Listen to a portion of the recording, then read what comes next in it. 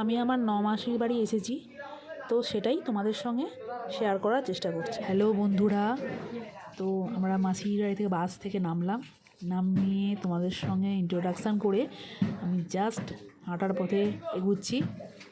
তো খানিকটা বাদেই আমার ছেলে আমার হাতে দেখো ফোনটাকে ধরিয়ে দিয়ে সে আগে রাস্তায় এগিয়ে যাওয়ার জন্য ছটফট করছিল। ও এগিয়েও গেল আমার হাতে ফোনটা দিয়ে। তো আমি গ্রামটাকে একটু তোমাদের দেখালাম, খুবই ছোট গ্রাম, বেশ ভালো লাগবে।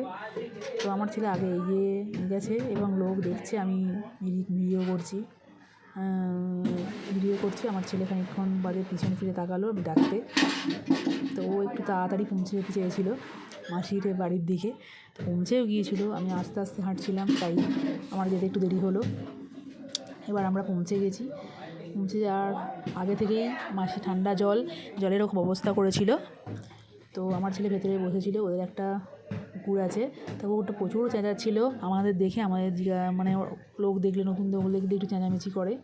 তো আমি এই দিক দিয়ে না গিয়ে অন্য দিক দিয়ে ঘুরে দৌড়ের অন্য সিঁড়ি দিয়ে ঘুরে উঠলাম।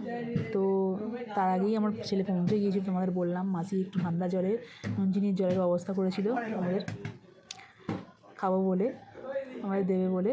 তো মাসি আমাদের নুনচিনির জল দেওয়ার ব্যবস্থা করছিল। আর আমার ছেলে ছোটো বোন, মানে ওর নাম হলো সৌমিলি, যেহেতু ও আগে পৌঁছে গেছে তো ওরা দুজনে বসে টিভি দেখছিল। ওর নাম সৌমিলি ছোটো বোন। আরও দুজনও আছে, কেউ কিন্তু তারা অনুপস্থিত ছিল।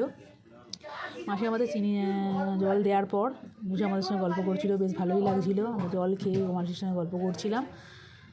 গল্প করার পর মাসি রান্না হয়ে গিয়েছিলো। তো আমরা আমার ছেলে চান সেরে খাওয়ার ব্যবস্থা হলো। তো আমি, সৌমিলি, আমার ছেলে সবাই মিলে খেতে শুরু করলাম। তো মাসি আমাদের জন্য ঘরোয়া যেমন নর্মাল একটা রান্না শুরু করেছিল, ভাত, দেশের চালের ভাত, শাক ভাজা, করলা ভাজা, ডিম দিয়ে আলু দিয়ে তরকারি, সেই দিয়ে আমরা ভালো করে ভাতটা খেয়ে নিলাম খুব তৃপ্তি ভরে। বাড়িতে এত ভাত খাই না, মাসি আমাদের ভাত দিয়েছিল, তো আমরা ভাত খেলাম। তো আমার একটু মুড়ি খেতে ইচ্ছে যাচ্ছিলো, কিন্তু আমি মুড়ি খাইনি, ভাতই খেয়েছি। তারপর আমরা সবাই মিলে গল্প করলাম। গল্প করার পর দুপুরবেলা বাসন মেজে তো আমি ঠিক করলাম যে একটু আইসক্রিম বানাবো মাসিদের ফ্রিজে। তো আগে খাওয়া দাওয়াটা শেষ করে বাসন মাজার পর তো আমার ছেলে আমি দুজনে আইসক্রিম বানানোর দিকে গিয়েছিলাম। তো এখন এই দেখো এখানে ডিমের ঝাল দিয়ে ভাত খেলাম, খেয়ে এই আইসক্রিম বানানোর দিকে আমরা গেলাম। তো রেডি করছিলাম যেখানে আইসক্রিম বানাবো বলে। তো জলে নর্মাল একটা আইসক্রিম, যে চিনি দিয়েছিলাম, একটু লেবু দিয়েছিলাম, দিয়ে গুলে তো আইসক্রিম বক্সের মধ্যে জলগুলোকে ভরে আমি ওই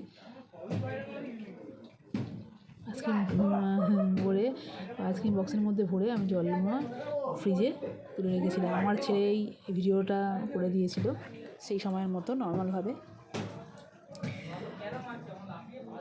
ওদেরই গাছেরই লেবু ছিল এটা। আর ওই মাসি নতুন ফ্রিজ কিনেছে। তো আমার ইচ্ছা হলো, আমার তো ফ্রিজ নেই, তো আমার ইচ্ছা হলো যে একটুখানি দেখি বরফের আইসক্রিম কীভাবে তৈরি করা যায়। তো ডিপ ফ্রিজে লেবু নিজের জল তৈরি করে বেশ একটুখানি গরমে একটুখানি লেবুর জলে দিয়ে আইসক্রিম করলে কীরকম খেতে লাগে সেটা একটু ট্রাই করছিলাম।